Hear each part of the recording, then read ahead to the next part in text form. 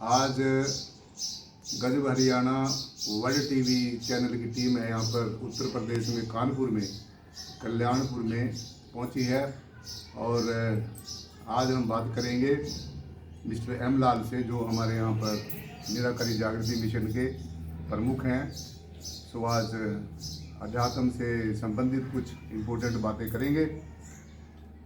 सबसे पहले mister M लाल, आपका बहुत बहुत स्वागत है हमारे गजब हरियाणा वर्ल्ड टीवी चैनल पे। तो पहले आप अपना परिचय दीजिए, आपका नाम और आप इस मिशन से कब जुड़े हैं और क्यों जुड़े हैं, प्लीज़। मेरा नाम ऊंचे स्वर में बोलेंगे एम लाल और ऊंचे स्वर में बोलेंगे। और मैं करीब 30 साल से जुड़ा हूँ। और क्यों जुड़ा हूँ, इसका मेन कारण ये है कि जो प्रेम और प्यार संगत में मिला उसका मैं बहुत बड़ा आभारी हूँ। और इसके साथ साथ ये भी पता चला कि संगत और सद्गुरु के माध्यम से थोड़े से शब्दों में जवाब दीजिए। जो हम पूछेंगे सिर्फ एक या दो शब्द में जवाब देना है। आप इसी मिशन से क्यों जुड़े? और भी तो बहुत मिशन है संसार के अंदर। ये तो प्रारब्ध की बात होती है, कौन किसको मिलता है, ये कोई जरूरी नहीं है कि इससे जुड़े। ठीक है, लेकिन सच्ची चीज मिल जाती है तो आदमी वहीं से इस जुड़ता है। मिशन में क्या खासियत है, ये आप इसी मिशन से जुड़े हो? इसकी दो खास बातें मुझे लगी। थोड़े शब्दों में बताएंगे और सटीक बात बताएंगे। एक, लोग ईगोलेस होते हैं, यहाँ के लोग अहंकार रहित होते हैं। और दूसरा, इनको वो सटीक ज्ञान मिलता है जो परमात्मा या जिसे आत्मा कहते हैं, जो सर्वव्यापक है, उसकी अनुभूति होने लगती है संगत में आने। देखो, से थोड़े शब्दों में बताइए। जो हम पूछ रहे हैं डिटेल में कहीं नहीं जाना, जो हमने पूछना है सिर्फ वही बताइए। तो आपको मिस्टर हेमलाल, हमारे दर्शक, लाखों दर्शक गजब हरियाणा वर्ल्ड टीवी चैनल पे आपको देख रहे हैं। तो आप उनको ये बताएंगे कि आपको ये ज्ञान कहाँ से प्राप्त हुआ? ये ज्ञान हमें सद्गुरु बाबा मेहताब सिंह महाराज से प्राप्त हुआ। कब हुआ? ये सन 1980 में हुआ। ये जो निराकारी जागृति मिशन है, निराकारी जागृति मिशन में और निरंकारी मिशन में क्या फ़र्क है? ये क्या दोनों एक विषय में अलग अलग हैं? ये दोनों एक ही हैं, केवल शब्दों का अंतर है। निरंकार और निराकार एक ही चीज है। निराकार वेदों का शब्द है, निरंकार गुरबाणी का शब्द है। Very nice. तो ये जो मिशन है, इस मिशन में अब तक कितने गुरु हो चुके हैं? इस मिशन में 3 गुरु लगभग मेन हो चुके हैं। सद्गुरु बाबा मेहताब सिंह। नहीं, मिशन शुरू कहाँ से हुआ? मिशन तो बहुत पुराना है, जो बाबा बूटा सिंह से शुरू हुआ। बाबा मेहताब सिंह, बाबा लक्ष्मण सिंह और आज समय के सद्गुरु स्वामी ज्ञाननाथ जी महाराज इसका संचालन कर रहे हैं। डॉक्टर साहब, हम आपसे एक बात जानना चाहते हैं। हमारे दर्शक बहुत इस बात को जानने के इच्छुक हैं। आजकल अध्यात्म के बारे में बहुत भ्रांतियां हैं और बहुत भ्रांतियों का प्रचलन है। वास्तव में अध्यात्म की क्या परिभाषा है? अध्यात्म, आपके शब्दों में आप अध्यात्म किसको कहते हैं? थोड़े शब्दों में बताना है। वैसे तो ये डिटेल का विषय है। नहीं, थोड़े शब्दों में बताइए। थोड़े में शब्दों में यही है, आत्मा का जो आपकी तड़फ रही है वो परमात्मा से कैसे मिल जाए। हाँ, ठीक है, वेरी नाइस। यही अध्यात्म का मतलब है कि आत्मा और परमात्मा के मिलन को हम अध्यात्म कहते हैं। सीधा सीधा इसका आप यही कहना चाहते हैं। तो हम ये जानना चाहते हैं, हमारे दर्शक भी ये जानना चाहते हैं कि आजकल आत्मा और परमात्मा के बारे में बहुत भ्रांतियां हैं। आत्मा आपके शब्दों में और आपके मिशन में, इस निराकारी जागृति मिशन में, आत्मा किसको कहा जाता है? ये हाँ, बताइए। आत्मा कोई एक ऐसी चीज नहीं है जिसे कि हम पकड़ करके बता दें ये चीज है। ये जो अपनी आपकी चैतन्यता है आपके शरीर में, एक यही आत्मा का स्वरूप आप जान सकते हैं। ठीक है। आत्मा में और परमात्मा में क्या फर्क है? आत्मा एक सीमित दायरे में होती है उसको परमात्मा आत्मा कहते हैं, और जो अखिल ब्रह्मांड में व्याप्त है इसे परमात्मा कहते हैं। तो आत्मा और परमात्मा में क्या क्या अलग अलग गुण हैं या एक ही गुण है? आत्मा ये कैद हो चुकी है वासनाओं के वशीभूत होकर के, जिसे इसको जीवात्मा कहते हैं शरीर में, और यही जब मुक्त हो जाती है तो इसको आत्मा या परमात्मा कहते मिस्टर हैं। रामलाल, एक बात बड़े स्पष्ट तौर से बताइए, थोड़े शब्दों में बताइए कि जो जीव है और आत्मा है, जीव और आत्मा में वस्तुतः क्या अंतर है, क्या भेद है? जीव क्या है, आत्मा क्या है?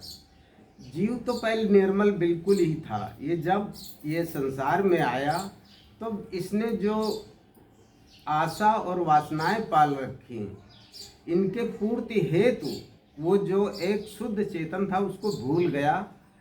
बस यही अंतर है जो, और यही फिर सद्गुरु और साथ संगत के माध्यम से उसे याद आता है कि मैं तो एक शुद्ध चेतन आत्मा ही था, यहाँ आकर के मैं फंस गया हूँ। कहाँ पर आके? इस संसार में, भव सागर में। आपके अपने शब्दों में आप बताएंगे हमें कि संसार क्या होता है, किसको आप संसार कह रहे हो? बैठ जाइए। जो ये आंखों से मुझे प्रत्यक्ष दिखाई दे रहा है ये संसार है, जो नहीं दिखाई दे रहा है ये सत्ता है, या परमात्मा सत्ता कहिए ये है। तो हमें कोई ऐसा उदाहरण बताइए जिसकी कोई परिभाषा, आपने शास्त्र पढ़े होंगे, ग्रंथ पढ़े होंगे, कोई ना कोई जरूर पढ़ा होगा। मुझे ऐसा लगता है कि आप बहुत अनुभवी पुरुष हो, तीन तीन गुरुओं से आप जुड़े हो, तो कोई ऐसा प्रमाण दीजिए जो हमारे शास्त्रों, क्योंकि अध्यात्म में शास्त्रों का बहुत, ग्रंथों का बहुत बड़ा महत्व है। शब्द में ऐसा बताइए जिसमें ये स्पष्ट हो गया हो कि ये संसार की परिभाषा है। वैसे एक दो शब्दों में तो यही है कि जो निरंतर बदल रहा है गुड, वही संसार है, वेरी नाइस। और जो नहीं बदल रहा है, और जो नहीं बदल रहा है वही अपनी आत्मसत्ता है। क्या आपने कभी ऐसी चीज को देखा है जो कभी बदलती नहीं है? हाँ, ये ध्यान से ही देखा जा सकता है कि बदलती हुई चीज के बीच में कुछ न बदलने की चीज है जो कि है। ठीक है, यहाँ तक आपकी बहुत ठीक है और सही है। अब हम ये जानना चाहिए, अब आपसे एक सवाल और है कि इसको बंद करो। जैसे बताया जाता है कि ये मोक्ष है, ये मुक्ति है। आप मुक्ति शब्द से क्या आपका अभिप्राय है? मुक्ति क्या होती है? हाँ, ये एक बहुत बड़ा मूल प्रश्न है इस संसार में, और ये सब के लिए ही है कि मुक्ति क्या है और मुक्ति होती किसकी है? शरीर की होती पहले है। आप हमें ये बताएंगे मुक्ति क्या है, what is the exact meaning of मुक्ति? थोड़े शब्दों में बताएंगे जो बिल्कुल सटीक शब्द है। मुक्ति का मतलब एक होता है कि निर्द्वंद हो जाना, निर्द्वंद, सभी द्वंद्वों से परे हो जाना, परे हो जाना, सभी बंधनों से परे हो जाना। कुछ भी ऐसा शेष न रहे जिसे लगा कि मैंने करना छूट गया है। सो इसको आप मुक्ति कहते हैं। किस चीज से हमने मुक्त होना है? द्वंद्वों से, बंधनों से। बंधन क्या है? सबसे बड़ा बंधन इंसान के मार्ग में क्या है? ये बंधन तो हमारे मन पर ही लगे हुए हैं। मन क्या होता है? ये मन तो विचारों का संग्रह है। जिस पॉइंट के ऊपर हमारे सारे विचारों का जो समुच्चय है, जो कलेक्शन है, उसको हम मन कहते हैं।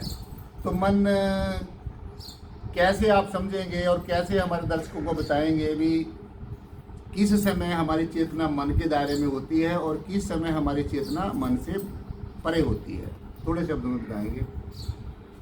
मन के परे तो बहुत ही कम समय में होती है। मन के परे तो आप ध्यान में ही देख सकते हैं कि परे हुई, संसार में नहीं देख सकते क्योंकि जब चेतना हमारी मन के दायरे में होती है तो तब साधक को कैसा लगता है? तब साधक निर्द्वंद होता है।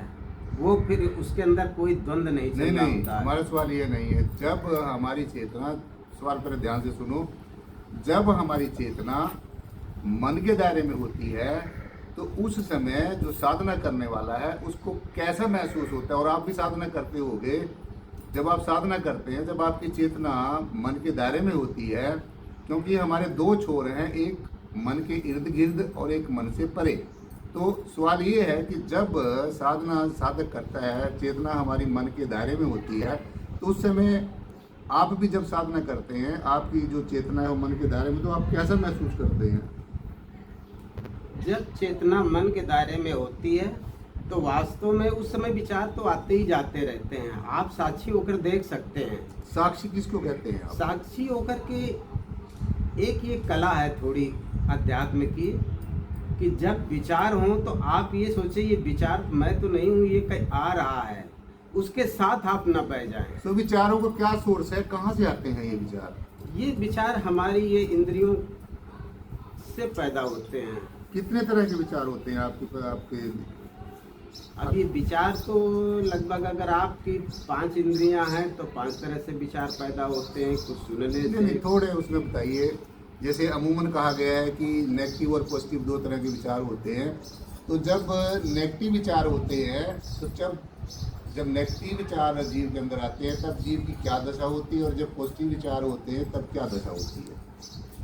हाँ, ये मूल प्रश्न है। वैसे ये हमारी तृष्णाओं से पैदा होती है। तृष्णा मतलब होता है किसी चीज़ को पकड़ने से। एक विचार निगेटिव जिसे राग कहते हैं, एक निगेटिव पॉजिटिव जिसे द्वेष और राग कहते हैं। राग और द्वेष दोनों के बीच में ही ये जीव फंसता है जी।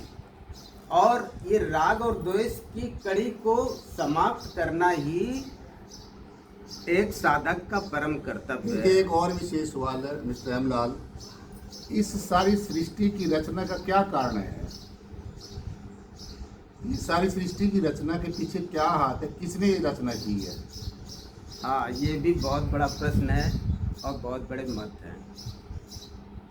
आपके मत मेरे मत से इसका कोई क्रिएटर नहीं है। कोई क्रिएटर नहीं है। ये कारण और कार्य से होता रहता है। इसकी उत्पत्ति जगत की कार्य और कारण से हुई है। तो आप ये मानते हैं भी इस सारी सृष्टि की रचना करने वाला कोई नहीं है?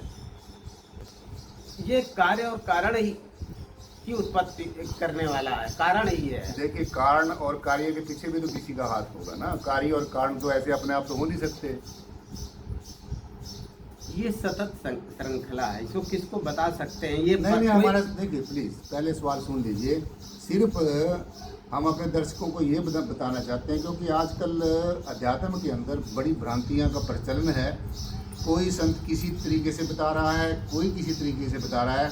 आज गजब हरियाणा वर्ल्ड टीवी की टीम ने आपकी बहुत क्या नाम है प्रवचन सुने हैं निराकरी जागृति मिशन के।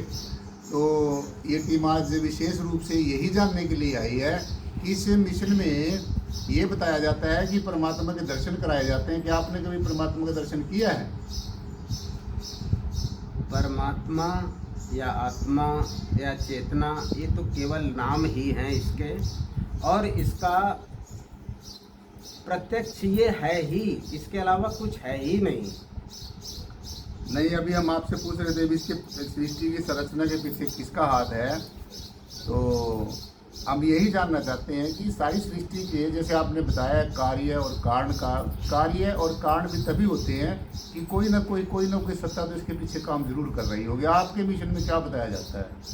हाँ, इसके पीछे हमारी अज्ञानता ही है जो कार्य कारण को पैदा करती है। जिस दिन ये ज्ञान हो जाता है उस दिन हम संसार को बनाना बंद कर देते हैं। नहीं, अब आप हमें ये बताइए कि ये सारी सृष्टि अपने आप ही पैदा होती है। सवाल ये है कि क्या इसके पीछे कोई पैदा करने वाली सत्ता है? ये सृष्टि की सृष्टि, ये अखंड जो ब्रह्मांड है ये स्वतः ही हो रहा है, इसको कोई नहीं बना रहा है। तो फिर अगर ये स्वतः हो रहा है तो आत्मा परमात्मा नाम की तो फिर कोई चीज ही ना होनी चाहिए। हाँ, ये एक आत्मा परमात्मा एक महा एनर्जी है जिसके होने मात्र से ये संसार होता है, ये सब हलचल होती है। तो इसका मतलब ये है कोई ना कोई some supernatural power is behind this whole episode. It means कि किसी ना किसी सत्ता के द्वारा तो ये संचालित जरूर है। हाँ, एग्जिस्टेंस है एक, जिसको तो उसको हम कैसे एग्जिस्टेंस को मानेंगे कि कोई एग्जिस्टेंस है या नहीं है? ये तो फिर ज्ञान और साधना से ही पता चलेगा कि एग्जिस्टेंस है। ये नाम तो हमने विभिन्न तरह का हम लोगों ने दिए हैं। तो परमेश्वर का क्या कोई आइडेंटिटी है? कैसे हम माने कि परमात्मा नाम की कोई शक्ति है? अब जब इतने सूक्ष्म स्तर पर हमारी वार्ता चल रही तो बार बार फिर आत्मा परमात्मा कहाँ रहा? एक तो एक कॉस्मिक एनर्जी तक हम आ गए अब, कि एक ब्रह्मांडीय ऊर्जा है जिसके होने मात्र से हम और आप और इस संसार तो के सारे जीव आप ये मान रहे हो कि कोई ऊर्जा है, इसका हाँ, मतलब कुछ ना कुछ तो है ना? बिल्कुल है। आप ये नहीं कह सकते ना भी सारी सृष्टि के पीछे किसी का हाथ, तो चाहे वो एनर्जी है, चाहे वो मुझको परमात्मा कह रहे हैं। हाथ हम क्यों रखते हैं? हाथ तो एक बहुत ही लिमिट चीज है। अब हमने तो बिल्कुल अनलिमिट चीज की बात की है। देखिए, सवाल ये है, हाथ कहने का मतलब हमारा मतलब ये है कि सारी सृष्टि, अखिल ब्रह्मांड जो भी हम अपने कर्म नेत्रों से देख रहे हैं, इसके पीछे इसकी संरचना, इसकी परवरिश, इसकी विलय होने का कोई ना कोई, चाहे आप उसको एनर्जी कहिए, चाहे कुछ भी अपने शब्दों में कहिए, हमारे दर्शक ये जानना चाहते हैं कि वो जो एनर्जी है, तो कैसे हम उसको माने कि कोई एनर्जी है? उसका कोई ना कोई आइडेंटिटी तो होगी ना। आपके मिशन में इसके बारे में क्या बताया जाता है? थोड़े शब्दों में बताएंगे, स्पष्ट बताएंगे? आप इसको चेतना ही कह सकते हैं। चेतना का मतलब होता है जहाँ हलचल होती है। जैसे बच्चा पैदा होता है, जब हलचल उसमें होती है तो उसको हम कहते हैं कि ये चेतन है। अगर नहीं होती है तो इसके में मतलब डॉक्टर कहता अभी प्राण नहीं आए हैं, अभी इसमें चेतना नहीं है। चेतना का मतलब जो भी हलचल हो रही है इस अखिल ब्रह्मांड में, वही एनर्जी है। और उस समय कभी यही एनर्जी इम्प्योर हो जाती है, जो हमारे विचारों, निगेटिव विचारों के द्वारा या हमारे संसार की वासनाओं और आशाओं के द्वारा, जो कि मुझे कभी पूर्ति नहीं होती है और यही मुझे बहुत चक्र में फंसा देती हैं। तो डॉक्टर साहब, अपना मिस्टर हेमलाल, एक सवाल और है जो बहुत ही अध्यात्म के अंदर बहुत ही महत्वपूर्ण है। भौतिकवाद में और अध्यात्मवाद में क्या फर्क है? हाँ, भौतिकवादी आदमी, थोड़े शब्दों में बताएंगे, स्पष्ट शब्दों में बताएंगे? भौतिकवादी जो चाहत होती है संसार की, उसे भौतिकवादी बोलते हैं। और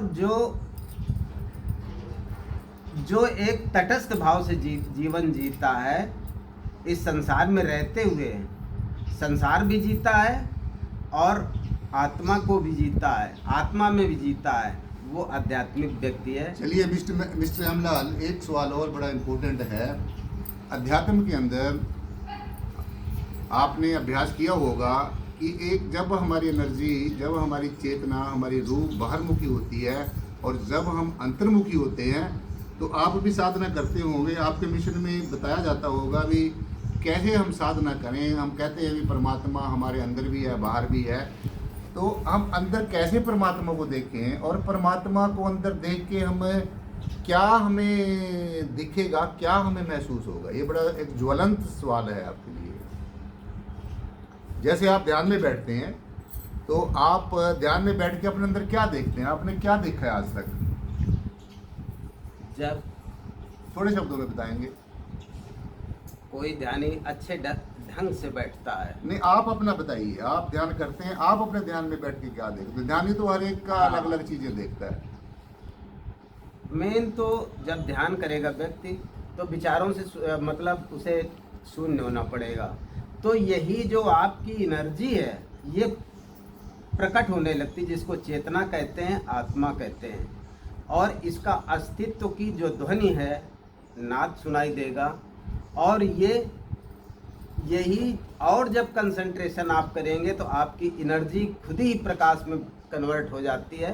आपको लाइट भी लगेगा, चलो तब आप लगेगा कि नहीं, हाँ, ज़्यादा डिटेल में मत जाइए। बस हमने थोड़ा बताना है। एक विशेष, ऐसे तो बहुत ये विषय विस्तार से जाने का है। आप जब ध्यान में बैठते हो, क्या आपने कभी इसका बहुत, जिसको हम अनहद नाद कहते हैं, या अभी आप ध्वनि कह रहे हैं, या शब्द धुन कहते हैं, तो शब्द धुन में और अनहद नाद में क्या फ़र्क है? क्या ये दोनों एक ही है, अलग अलग हैं? ये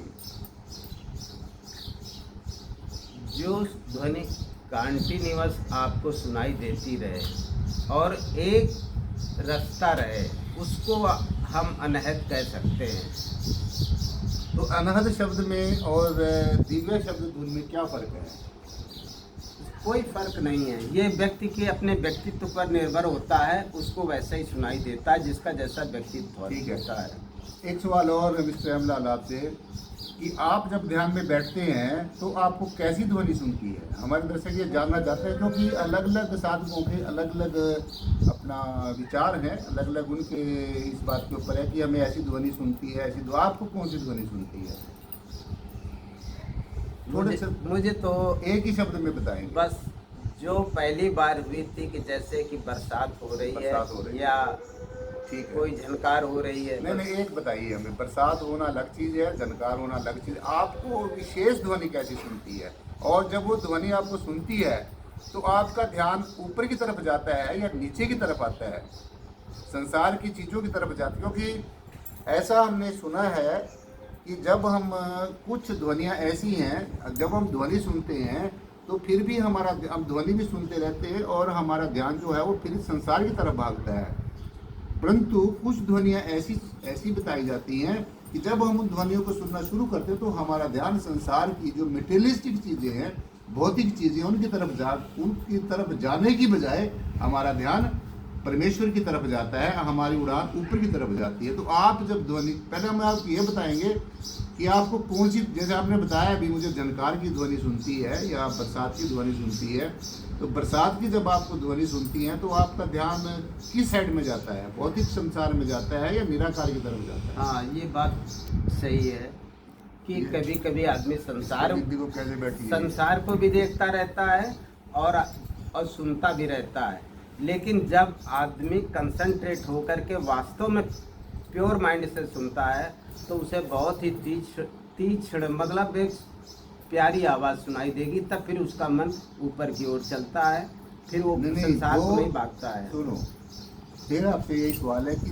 जो आपको ध्वनि सुनती है, जैसे अभी आपने बताया कि हमें ध्वनि ऐसी सुनती है कि जैसे बरसात की आवाज़ आती है, तो जब आपको वो ध्वनि सुनती है तो आपका जो ध्यान है वो संसार की तरफ रहता है या ऊपर की तरफ जाता है, नीचे की तरफ आता है? क्योंकि कुछ ध्वनियाँ ऐसी हैं, उनको जब हम सुनते हैं तो सुनते भी रहते हैं, फिर भी हमारा ध्यान संसारिक रिश्ते नातों में, सगे संबंधियों में, जो मटेरियलिस्टिक चीज़ें हैं, नाशवान चीज़ों उनकी तरफ जाता है। परंतु कुछ ध्वनि ऐसी बताई जाती हैं कि जब हम वो ध्वनि सुनना अपना शुरू करते हैं, श्रवण करना शुरू करते हैं, तो हमारा ध्यान भौतिक चीज़ों की तरफ जाने की बजाय, रिश्ते नातों की तरफ जाने की बजाय, नाशवान चीज़ों की तरफ जाने की बजाय हमारा ध्यान ऊपर की तरफ उड़ान भरता है। तो जब आपको ये ध्वनि सुनती तो आपका ध्यान कहाँ जाता है?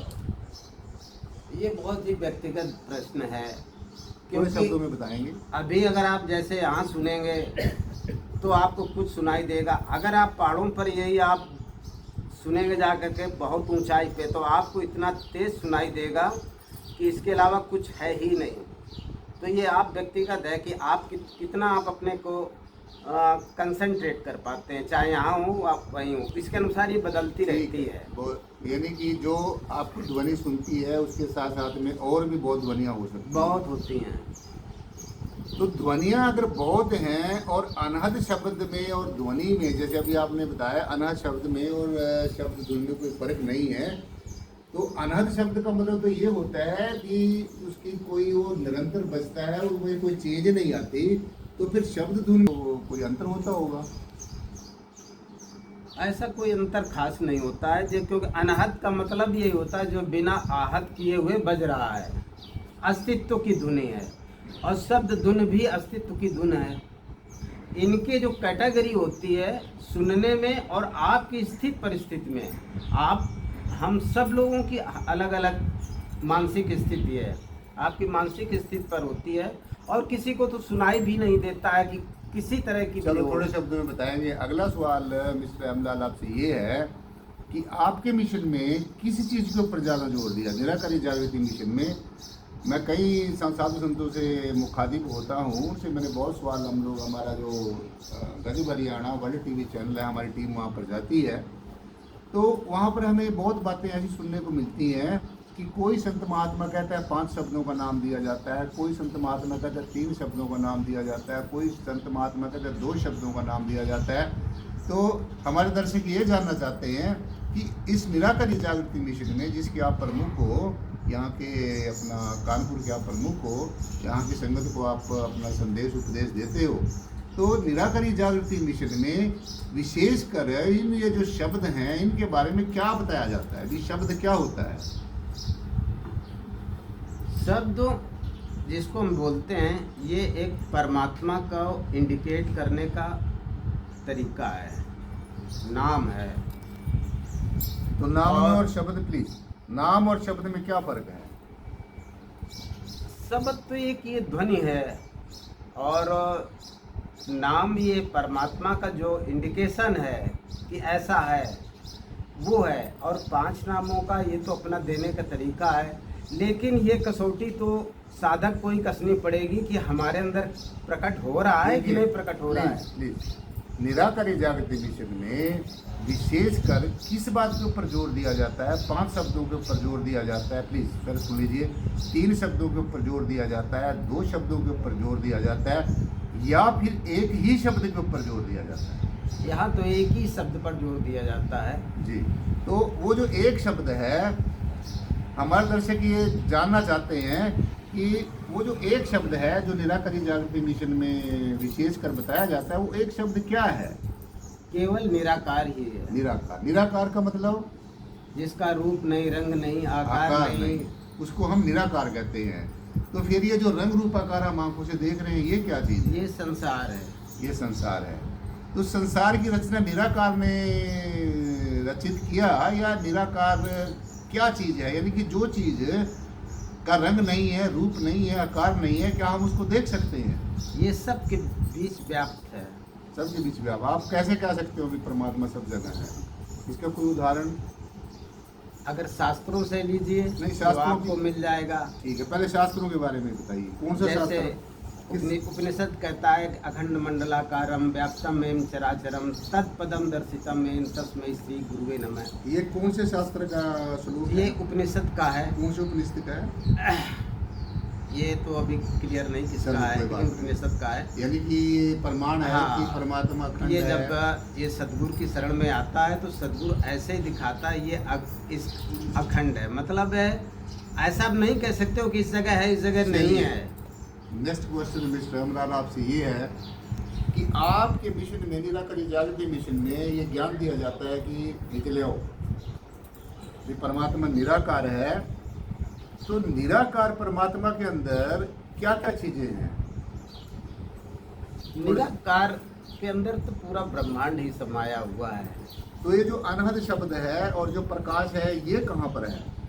ये भी अस्तित्व से ही आया है, जिस जहाँ से ये है। अस्तित्व क्या, किसको आप अस्तित्व कह रहे हो? ये अस्तित्व इसको एक यही कहते हैं जो सुपर पावर या सुपर एनर्जी या तो क्या परमात्मा निराकार है? निराकार है और साकार भी उसको कह सकते हो। नहीं, हम एक बात बताइए ना, भी परमात्मा निराकार है या साकार है? देखो आगे बहुत बड़ी भ्रांतियां हैं लोगों के अंदर। परमात्मा निराकार हमारा कहा जाता है क्योंकि और कोई शब्द है नहीं इसको, और वो भी जिन लोगों ने ये शब्द कहा है वो भी निराकार नहीं कहते हैं। लेकिन एक कहने का एक ही शब्द है। जब उसको हमने कह दिया कि रूप नहीं, रंग नहीं, आकार नहीं, भेष नहीं, जाति नहीं, वर्ण नहीं, फिर वो क्या हुआ? तो निराकार ही है। लेकिन ये संसार तो सब में बटा हुआ है, उसको हम कैसे उनको बताएंगे कि निराकार है? देखो, संसार को न किसी गुरु ने बनाया है, न राम ने बनाया है, न कृष्ण ने बनाया है, न किसी देवी देवता ने बनाया। तो फिर संसार को बनाया किसने है? संसार हम कहते किसको हैं? जो अब आप बताएंगे ना, हमें तो पता नहीं, हम तो आपसे जानने के लिए आए हैं। संसार जो मुझे दिखाई दे, ये घर बना है। ये घर क्यों बना? क्योंकि कोई कारण इसका था। यहाँ आप क्यों बैठे हैं? इसका कोई कारण है, क्योंकि यहाँ सदगुरु मौजूद है। ये घर क्यों बना? क्योंकि यहाँ इसमें ज़रूरत थी बैठने की। तो जब कारण उत्पन्न हुआ तो कार्य हो गया। ये पेड़ क्यों लगा? क्योंकि ऑक्सीजन की जरूरत थी। मिस्टर हमलाल, ये तो बहुत डिटेल में हो जाएगा। हमारे दर्शक थोड़े से शब्दों में जानना चाहते हैं कि भक्ति क्या है, भक्ति से आपका क्या अभिप्राय है? What is the exact meaning of भक्ति? आपके शब्दों में भक्ति किसको कहते हैं? भक्ति का मतलब एक ही है मेरी नज़र में, ज्ञान मिलने के बाद सरेंडर हो जाना ज्ञान के प्रति और सद्गुरु के प्रति और साध संगत के प्रति, तीनों के प्रति। मिस्टर रामलाल, एक बात और बस, चल ठीक है, जो आप बता रहे हैं आपके शब्दों में, भक्ति मार्ग में क्या मूर्ति पूजा जरूरी है? आपके मिशन में क्या बताया जाता है? ये तो प्रतीक है, पूजा जरूरी नहीं, पूजा किसकी कर पाएंगे आप? देखिए प्लीज, आजकल ये बहुत बड़ी भ्रांति है, हम लोगों को कई संतों से मिलने का मौका मिलता है। कोई कहता है मूर्ति पूजा जरूरी है, कोई कहता है मूर्ति पूजा जरूरी नहीं, सबके अपने अपने व्यूज हैं। परंतु आज गजब हरियाणा वर्ल्ड टीवी चैनल की जो टीम है, आपके मिशन से यही जानने के लिए यहाँ पर आई है कि आपके मिशन में क्या जड़ की और चेतन की दोनों की पूजा करने के लिए उपदेश दिया जाते हैं, या फिर मूर्ति की पूजा करने से परहेज करने के लिए बताया जाता है? आपका क्या राय है? ऐसा कुछ नहीं है। मूर्ति पूजा आपकी बचपन की अवस्था है, मतलब एक तरह से। एक बात बताइए, नहीं, सुनिए प्लीज, सवाल हम कर रहे हैं, जवाब आपने देना है। हमारा सवाल ये है, क्या मूर्ति पूजा करनी चाहिए या नहीं करनी चाहिए? एक बात बताएंगे आप। अगर अध्यात्म में आप जा रहे हैं तो मूर्ति पूजा नहीं करना नहीं करनी, बिल्कुल राइट। सो मूर्ति पूजा नहीं करनी चाहिए, और तो क्या करना चाहिए फिर? भक्ति किसकी करनी चाहिए? भक्ति देखो प्लीज, कुछ लोग ये समझते हैं कि हमने मूर्ति रख ली है, उसके आगे धूप दीप हमने कर दिया है, जो भी अपना परंपरागत जो बातें हैं मानी जाती हैं। परंतु निराकारी जागृति मिशन में आप बता रहे हैं कि मूर्ति पूजा नहीं करनी चाहिए, तो फिर क्या करना चाहिए? आपके मिशन में क्या विशेषकर क्या बात बताई जाती है? विशेषकर बात इस मिशन में या कहीं भी, सतगुरु अगर आपको मिल गया तो सब मिल गया। क्योंकि अभी जब आप जो श्लोक सुना था तो उसका एक ही तात्पर्य था कि ऐसा जिसने दिखाया है वही सर्वोपरि, वही मेरा सब कुछ है। चलिए, एक सवाल और मिस्टर रामलाल, कि जो गुरु है और सदगुरु है, इसमें क्या फर्क होता है? क्या ये दोनों एक ही हैं? नहीं, अलग अलग हैं। गुरु तो हम किसी को भी कह सकते हैं, लेकिन सदगुरु पहले आप बताएंगे कि गुरु का क्या मतलब होता है, क्या गुरु का मतलब यही होता है कि हमें नाना तरह की संसार की शिक्षाएं देता है, जो जिससे हमारे जीवन में प्रकाश होता है या खुशी आती है। लेकिन सद्गुरु वो होता है जो सत्य का दर्शन कराता है, सत्य से रूबरू कराता है, सत्य की तरफ इशारा करता है, वो सद्गुरु है। तो आपके मिशन में सत्य का दर्शन कराया जाता है? हाँ, मेरी तरफ सद्गुरु सत्य का इशारा करता है कि ये सत्य है। तो सत्य क्या होता है? सत्य ये होता है जो तीनों कालों में एक जैसा रहे, वर्तमान, भूत और भविष्य में, उसमें कोई नो चेंज। क्या चीज होती है वो? ये वही होता है जो अखंड मंडलाकारम व्याप्तम एक चराचरम। एक शब्द में बताएंगे वो क्या चीज है जो अखंड मंडलाकारम? उसका कुछ भी नाम दे दो, चेतना दे दो, आत्मा दे दो, परमात्मा दे दो, निराकार दे दो। प्लीज, क्या चेतना में और आत्मा में कोई फर्क है? हाँ, चेतना में आत्मा में थोड़ा फर्क है। चेतना स्टिल है, पोटेंशियल एनर्जी है। चेतना एक प्रवाहमय है, दोनों एक ही है, वो प्रवाहमय है, उसमें हलन चलन। तो हम आत्मा को चेतना कहें या चेतना को आत्मा कहें, मतलब दोनों में अलग अलग हैं या दोनों ही एक ही सिक्के के दो पहलू हैं? ये तो बहुत गूढ़ विषय है कि जिसको अव्यक्त वैसे नहीं किया जा सकता है। फिर भी आप कुछ ना कुछ तो हमारे दर्शकों को आप बताएंगे ना। पहले बताएंगे आप चेतना क्या होती है? चेतना जो कुछ भी ये आपको हलन चलन हो रहा है, ये चेतना है। यानी कि जो एक्शन और रिएक्शन, हाँ, एक्शन हो रहा है, वो चेतना कारण हो रहा है, चेतना के कारण हो रहा है। तो फिर आत्मा क्या हुई? आत्मा एक तरह से लगभग वही हुई। आत्मा, चेतना तो काम कर रही है, लेकिन आत्मा स्थिर है। स्थिर भी कोई जगत में वैसे चीज नहीं है। कोई चीज़ नहीं स्थिर हमें दिखी। और उसे आप चेतना कह लो या आत्मा कह लो, एक ही बात है। क्योंकि कोई स्थिर चीज़ अगर आपको अनुभव में आ रही है तो मेरे अनुभव में तो कोई स्थिर चीज़ नहीं आ रही तो है। इसलिए हमने एक सवाल और आपसे, आपने इसी ही मिशन को क्यों चुना, निराकारी जागृति मिशन को ही क्यों चुना? आप इतने और भी मिशन थे, इतने थे और भी गुरु थे, आप इसी मिशन में क्यों आए? आपको ऐसी क्या विशेषता लगी इस मिशन में?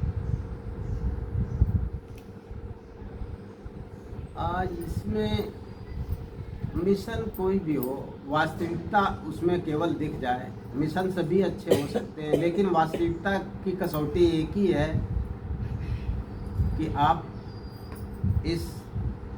उस बिंदु पर जाएं जहां से जानना कुछ शेष नहीं रहता है। तो क्या हम ये समझे कि और सारे मिशनों में वास्तविकता नहीं बताई जाती, सिर्फ इसी मिशन में बताई जाती है? बिल्कुल होगी। पात्र होना चाहिए, पात्र लोग नहीं होते हैं इसलिए नहीं बताते हैं। बस हमारे यहाँ बस खुले हाथों से बताया जाता है। क्या बताया जाता है? यही कि परमात्मा ये देखिए है। तो आपने देखा परमात्मा को? हाँ, इशारा से तो देखा है। तो अभी आप कह रहे थे भी परमात्मा नाम की कोई शक्ति नहीं है, सृष्टि अपने आप ही पैदा होती है। अभी आप कह रहे मैंने परमात्मा को देखा। तो इन दोनों में से हम किस चीज़ के ऊपर विश्वास करें? ये दोनों मैंने ये नहीं कहा, ये कहा क्रिएटर की बात की। क्रिएटर कौन है? कोई भी इस विश्व के अंदर, इस यूनिवर्स ब्रह्मांड के अंदर कोई चीज़ ऐसी नहीं है को जो किसी न किसी के द्वारा कोई ना कोई चीज़ जरूर बनाई जाती है। तो अभी आपने ये बताया भी परमात्मा को मैंने देखा है। हमारे मिशन में, निराकारी जागृति मिशन में, परमात्मा को खुली आंखों से दिखाया जाता है।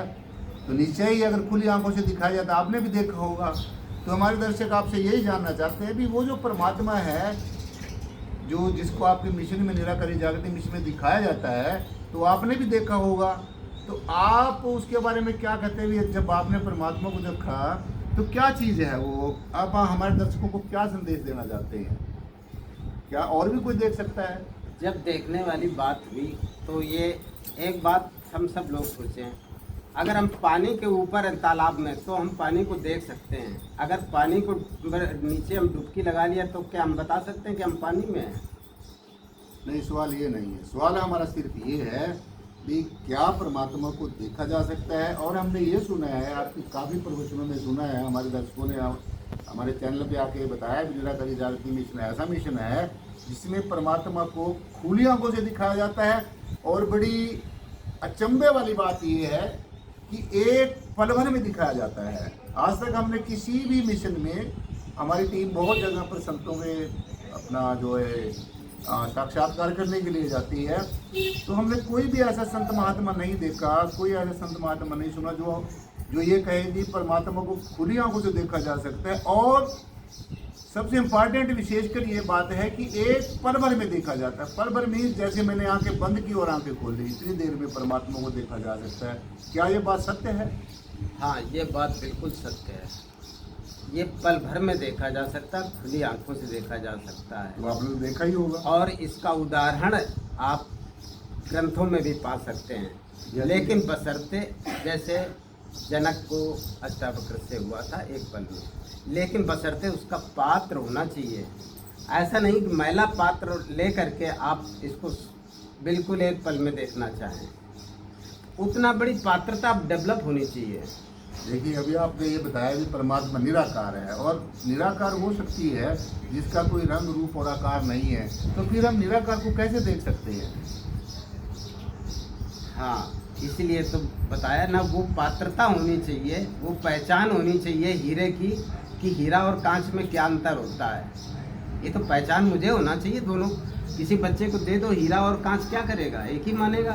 तो आप इतने डेवलप हो जाएं अपनी चेतना से, अपनी शुद्ध मन से, कि तुरंत कैच कर लें कि अरे यही तो था जिसको हम ढूंढ रहे थे। किसको ढूंढ रहे थे आप? जिसको ताप होती है मिलने के लिए, जिसके लिए आपको किसको मिलने की तड़प थी? हाँ, मुझे तो बस अपने आप से मिलने की थी। तो आप अपने आप से मिले हो? हाँ, अपने आप से। तो क्या हो आप? अपने आप में आपको क्या हो? आपको अपने आप को क्या समझते हो? आप क्या हो? हम क्या हैं? हम तो कुछ भी नहीं हैं। बस ये पता चलता है कि देखो, ये शरीर भी है आप, मन भी आप हैं, बुद्धि भी आप हैं, चित्त भी आप हैं, क्योंकि ये शरीर हम एक दूसरे का देख रहे हैं, ये भी एक अस्तित्व है। और इसके अंदर जो मन है, आप मनन करते हैं हर एक चीज़ के लिए, इसका मतलब ये भी साबित हो जाता है कि मन नाम की भी कोई हमारे अंदर शक्ति काम करती है। हम लोग विचार करते हैं तो इससे भी ये सिद्ध है कि बुद्धि भी हमारे अंदर में कोई ना कोई है। तो ऐसी कौन सी शक्ति है जो हमारे मन को, बुद्धि को, चित्त को, अहंकार को जो सक्रिय कर रही है? What is the exact meaning and what is that supreme nature power? आप क्या इसके बारे में आपकी क्या राय है? उसको आप चेतना या आत्मा दोनों कुछ भी कह सकते हैं, दोनों में से क्या कहें हम उसको? चेतना कहें या आत्मा कहें? मेरी तो समझ में अब आता है कि चेतना ज़्यादा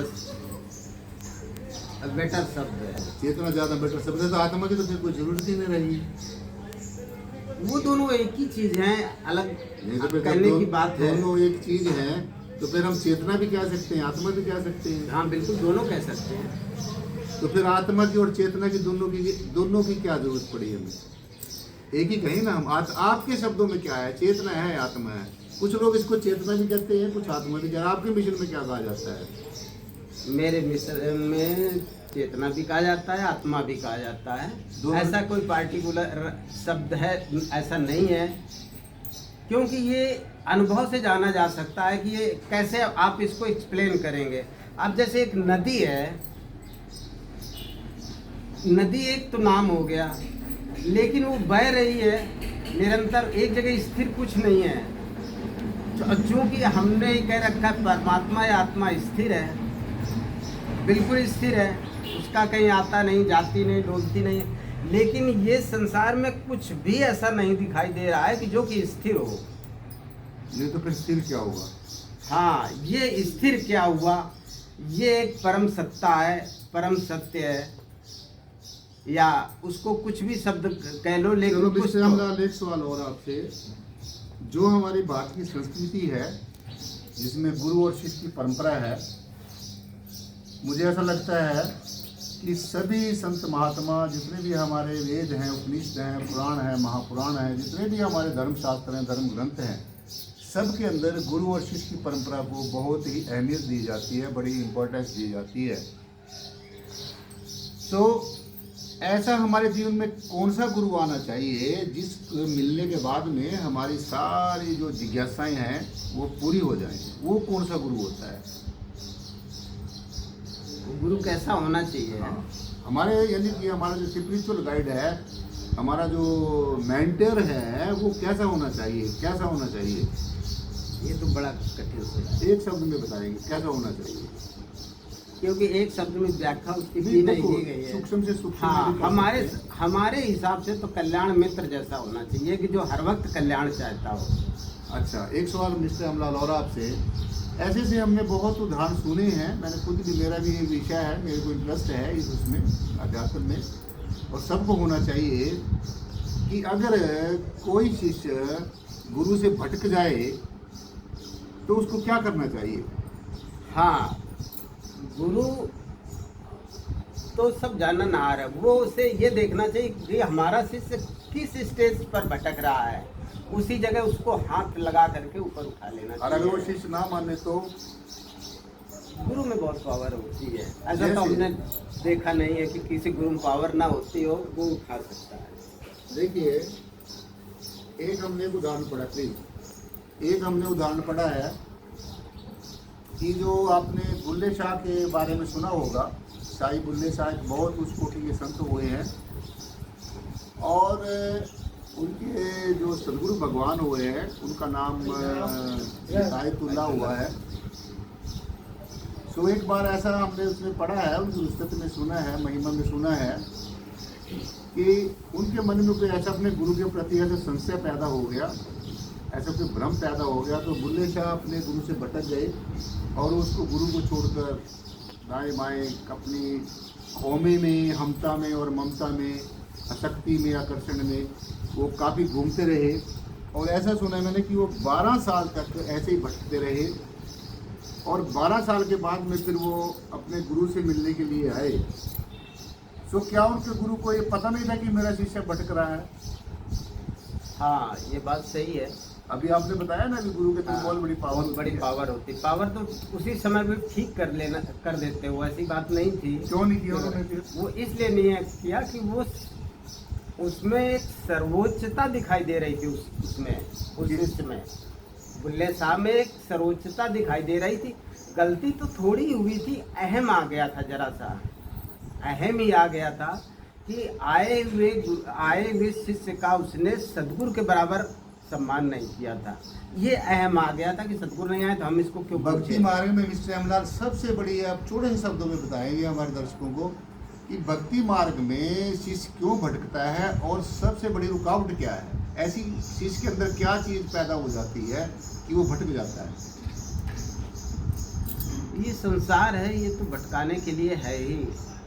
हाँ, ये जरूर है कि अगर ज्ञान इशारा हर वक्त जो ज्ञान जो दिया गया उसकी तरफ आपकी अगर रहे कि नहीं, हाँ ये मेरा जो। नहीं, हमारा सवाल ये है कि भक्ति मार्ग में सबसे बड़ी रुकावट ऐसी कौन सी चीज है कि जो सबसे बड़ी रुकावट है और जिसके वशीभूत होकर जो साधक है वो भटक जाता है, वो क्या चीज है? ताकि हमारे दर्शकों को ये पता चल सके आपके माध्यम से। और अगर कोई ऐसा भटक भी रहा होगा किसी न किसी कारणवश, क्योंकि ये रंगी बिरंगी दुनिया है, कई बार जीव क्या करता है, अपने गुरु को एक आम इंसान की तरह समझना शुरू कर देता है और उसके जीवन में कोई ऐसी और संसारिक लोगों की चिकनी चुपड़ी बातों में आकर, ऐसे कोई प्रलोभनों में आकर, किसी भी तरह से आकर वो उनको सोच लेता है भी बस गुरु से तो मैंने जो कुछ जानना था वो जान लिया है, अब शायद मुझे जिसके मैं अब पीछे पड़ा हूँ उसके पास से मुझे कोई खास चीज़ मिलेगी। तो अगर ऐसा शिष्य आपके उसमें जीवन में आ जाए तो आप उसको क्या संदेश देना चाहोगे?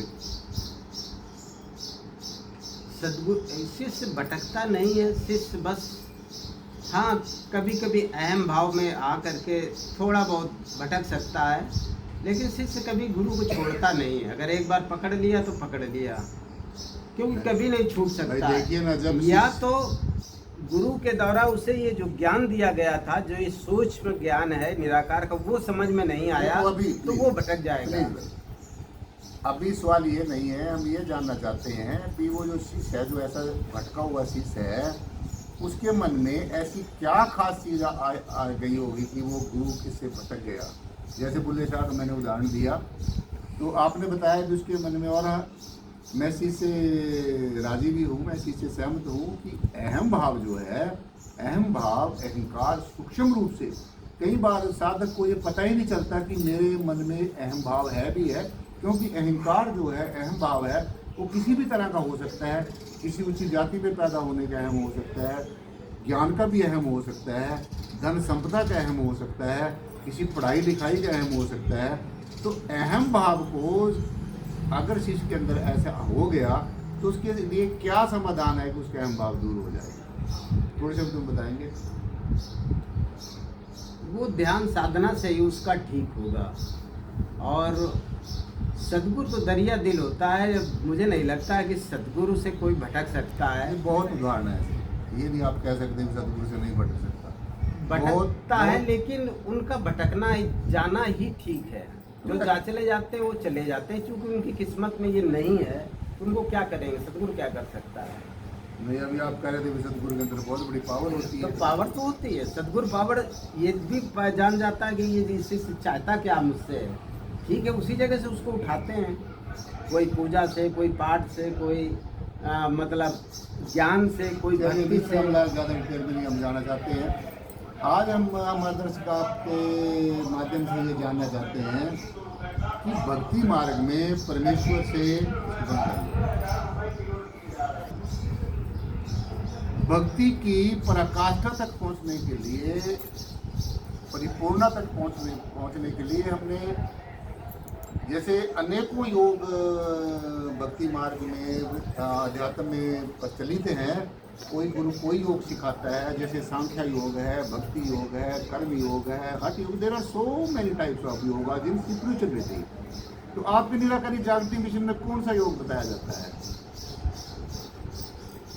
भक्ति तो सब में है, चाहे हठ योग हो, हठ योग में भी भक्ति है, ज्ञान योग में भी भक्ति है। इतनी सवाल हमारा है, आपने जवाब देना है। हम ये जानना चाहते हैं भी बहुत तरह के योग हैं, निराकारी जागृति मिशन में कौन सा योग बताया जाता है और आप कौन सा योग का सहारा लेते हैं? हमारे यहाँ तो ज्ञान योग का साथ हाँ बिल्कुल। ज्ञान योग क्या होता है? ज्ञान योग ज्ञान योग वही होता है जो सद्गुरु अपनी कृपा से इशारा करता है कि ये परम सत्य है, वही ज्ञान है। उसी को जानना ही ज्ञान है। ज्ञान का मतलब जानना, जानना ज्ञान है, जिसकी तरफ सद्गुरु ने इशारा किया है। तो सबसे पहले हमें भक्ति की पराकाष्ठा तक पहुंचने के लिए, एब्सोल्यूट परिपूर्णता तक पहुंचने के लिए हमने कौन से योग को अपनाना चाहिए? कहाँ से शुरुआत करनी चाहिए? इसके पश्चात शुरुआत मतलब from which state we should start this journey? हमारा हम भक्ति तो प्लीज हम ज्ञान योग से शुरू करें, कर्म योग से शुरू करें, भक्ति योग से, क्योंकि भक्ति जो है वो हम शुरू में ही भक्ति योग से शुरू करें या ज्ञान योग से शुरू करें या कर्म योग से शुरू करें, कि कौन सा योग और ऐसा है कि जो सहज हो और सरल हो? क्योंकि हर एक जो साधक है, हर एक जिज्ञासु है, आज की इस भौतिकवाद में एक शॉर्ट वे से जाना चाहता है, तो कौन सा योग मतलब सहज और सरल है? ये ज्ञान योग ही सबसे सहज और सरल है। ज्ञान योग में क्या क्या करना पड़ता है? कुछ नहीं करना पड़ता है, केवल अपने मन और चित्त को शुद्ध करना पड़ता है। मन और चित्त कैसे शुद्ध होगा? मन और चित्त सद्गुरु के द्वारा दिए हुए वचनों पर चल करके भी शुद्ध होगा। तो सिर्फ अगर हम उनके वचनों पर चलते रहें, मन हमारा शुद्ध हो जाएगा? हाँ, ये तो आपको उसमें बंधना पड़ेगा। आप जब किसी के चोरी नहीं करेंगे, नशा नहीं करेंगे, हत्या नहीं करेंगे, मीट मांस नहीं खाएंगे, किसी के चुगली नहीं करेंगे, इन तमाम प्रपंचों से आप दूर रहे तो मन निर्मल आपका हुआ। हमने ज्ञान योग को अपना लिया, उसके बाद भी क्या करेंगे? हमने परमात्मा को, सद्गुरु ने हमें बता दिया कि देखो ये निराकार है, उसके बाद में क्या करना? फिर हमें सद्गुरु और साधु संगत पे सरेंडर होकर रहना चाहिए। वो तो एक आम बात है। ज्ञान योग के बाद में हमने कौन से योग को अपनाना होगा? ज्ञान योग स्वयं में योग है। ज्ञान योग तो आपने जान लिया, आपने मेरे को देख लिया, भाई ये कोई मीडिया कर्मी बैठा है, तो आपने मुझे देख लिया, जान लिया, उसके बाद में फिर हमने एक दूसरे के साथ में इंटीमेसी करने के लिए कोई तो कुछ ना कुछ तो कर्म योग तो करना पड़ेगा ना। अब आप जैसे आपको बताया जाता है कि परमात्मा निराकार है, उसके बाद में आपको ये भी बताया जाता होगा कि जब आपने निराकार का ध्यान करना है, तो ये जो कर्म योग हुआ ना, कर्म तो मतलब ज्ञान पहले होगा या कर्म पहले होगा? पहले ज्ञान ही बताया जाएगा ना। जब आपको पहले ज्ञान बताया जाएगा, ये है, फिर ध्यान बताया जाएगा कि आपको ध्यान में उतरना है। कितना उतरना है? इतना उतरना है कि जब तक मन आपका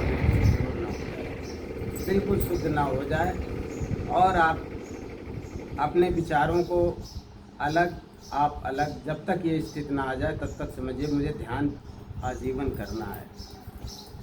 तो ध्यान आप करते हैं, तो निराकारी जागृति मिशन में किसका ध्यान करने के लिए बताया जाता है? आप खुद भी करते होंगे, आप हमें बताएंगे। हमारे जो भी आपके माध्यम से आपके बातों को सुन रहे हैं, आपके विचारों को सुन रहे हैं, तो जब हम ध्यान में बैठते हैं तो हम ध्यान कैसे करते हैं, किसका करते हैं, और शरीर में ऐसा कौन सा वो पॉइंट है जहाँ पर हमने कंसंट्रेट करना चाहिए? आप थोड़े से शब्दों में बताएंगे और ठीक शब्दों में बताएंगे। किसी चीज का ध्यान न करना ही ध्यान है।